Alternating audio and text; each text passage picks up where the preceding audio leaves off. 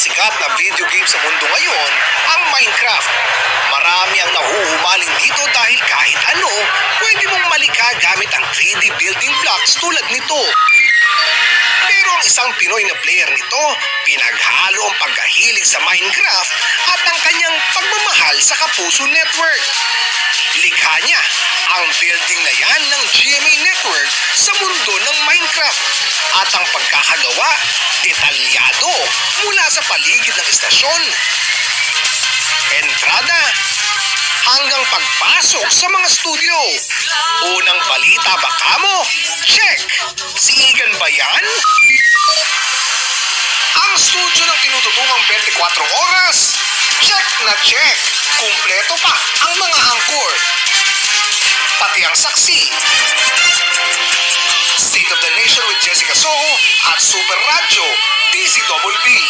May studio pa ng Mars. At heto, may nagbabalita pa sa rooftop. Ako ba yan? Feeling lang. Ang 15 anyos na si Tyrone Elizalde ang may gawa niyan. 5 buwan na raw niya itong ginagawa at malapit na raw niyang makumpleto.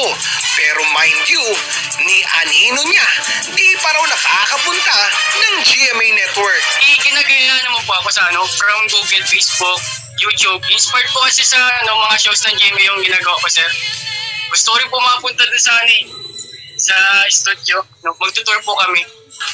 At ang pangarap niyang maging kurso, tumpak, engineering. Pangarap ko po talaga maging engineer.